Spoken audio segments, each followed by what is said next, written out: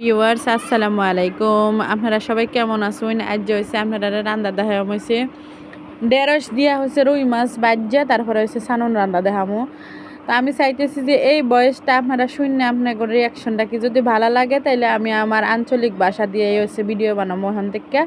তো এই যে মাছের পিসগুলা হইতেছে সুন্দর করে কড়াইয়ের মধ্যে তেলটা দিয়ে দিচ্ছি, কড়াইটার মধ্যে তেল গরম হয়ে গেছে, দিক দিয়ে হচ্ছে মাছটারে হলুদ লবণ দিয়ে সুন্দর করে মাহায়া কড়াইয়ের মধ্যে সুন্দর করে বাজ্যা লইতেছি। তার এদিক দিয়েছে আরেকটা ডেগের মধ্যে হয়েছে সুন্দর করে একটু তেল দিয়ে দিচ্ছি পরিমাণ মতো, আমার যে ডুক তেল লাগবো ডুক তেল দিয়ে তারপর হচ্ছে পেঁয়াজ কুটি দিয়ে কাটতে দিয়ে দিছি, পেঁয়াজ কুটি দিয়ে অনেক করে ভাজা ভাজা করে তারপরে হচ্ছে আদা রসুন বাটাটা দিয়ে দিমু।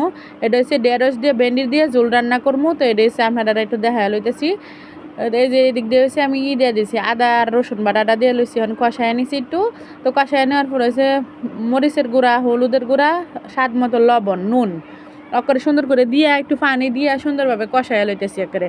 আমি সবসময় কিন্তু আপনারা কই যে সুন্দরভাবে কষায় লইবেন, কষায় লইলে কিন্তু তরকারিটা অনেক মানে টেস্ট হয়, অনেকটাই টেস্ট হয়ে যায়, মজা হয়, স্বাদ হয়।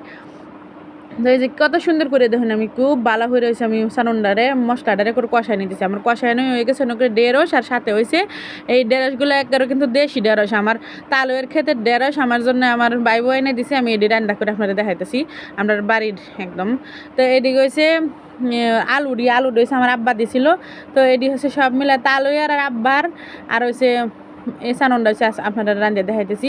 তো আজ বয়স দিতেছি করে খাস কিশোরগঞ্জের বয়স, আমি জানি না বয়সটাকে ওইতেছে নাকি আমরা দেশের সাথে মিলতেছে না কি কথাটি আমিও বুঝতে পারতেছি না, কারণ আমি হয়েছে প্রায় 15-20 বছর ধরে হয়েছে আমি আমরা দেশের ভাষায় কথা কই না আমি। তো তারপরেও যতটুকু পারতেছি অতটুকু কইতেছি। তখন হচ্ছে তরকারির মধ্যে ঝোল দিয়ে দিছি, মানে সোড়াটা দিয়ে দিছি, সোড়াটা দিয়ে এখন হয়েছে মাছ বাজে রাখা মাছটি হয়েছে যখন তরকারিটা ফাঁক উঠতে গেছে ফাঁক ওটার মধ্যে হয়েছে এখন সুন্দরভাবে আমি দিয়ালছি মাছটি বাজে রাখা মাছটি তরকারির মধ্যে দিয়ালছি। এখন হচ্ছে করে একটু জিরা বাটা, জিরা আর গুঁড়াটা দিয়ে দিলাম, তারপরে হচ্ছে একটু উপর দিয়েছি একটু ধনিয়া পাতা কুচায় রাখছিলাম, সেই ধনিয়া পাতা কুচানিটা দিয়ে দিলাম, সুন্দরভাবে ফাঁক উঠতে গেছে তরকারির মধ্যে।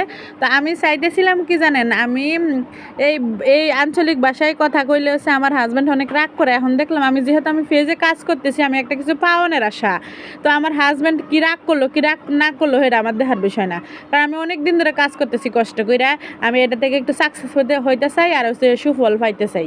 এই জন্য হচ্ছে আজকে আমার আঞ্চলিক ভাষা কিশোরগঞ্জের ভাষা দিয়ে হচ্ছে আপনাদের মাঝে বয়স দিলাম। যদি দেখি আপনাদের ভালো লাগতেছে তাহলে আমি এই ভাষাই হচ্ছে এই আঞ্চলিক ভাষাই হচ্ছে আপনারা দেখা যেমন সানুন রান্না। তো এদিক দিয়ে হচ্ছে আমি ভুল করে ভিডিও করে রাখছিলাম, কাইটে গেছে আমি সাজনা দিয়ে হয়েছে রুই মাছ দিয়ে রান্না করছিলাম, এই তরকারিটাও হয়ে গেছে। লাস্টারতে হয়েছে একটু দেখা দিলাম, তো ভাবলাম যে যেহেতু আমি ভিডিওটা করে রাখছি আমার কলজার ভিতরে সেট করতেছে, ভিডিওটা কাটতে গেছে লাস্টের ভিডিওটা আছে এটি আমি দেখা দিই। এটা হচ্ছে এই সাজনাটাও হচ্ছে আমার বাপের বাড়ির রান্না। তো এই যে চমৎকার সাজনা রান্নাটাও হয়ে গেছে তো আজকের ভিডিওটা কেমন লাগছে কমেন্টে জানাবেন। আজকের মতো এখানে আল্লাহ হাফেজ।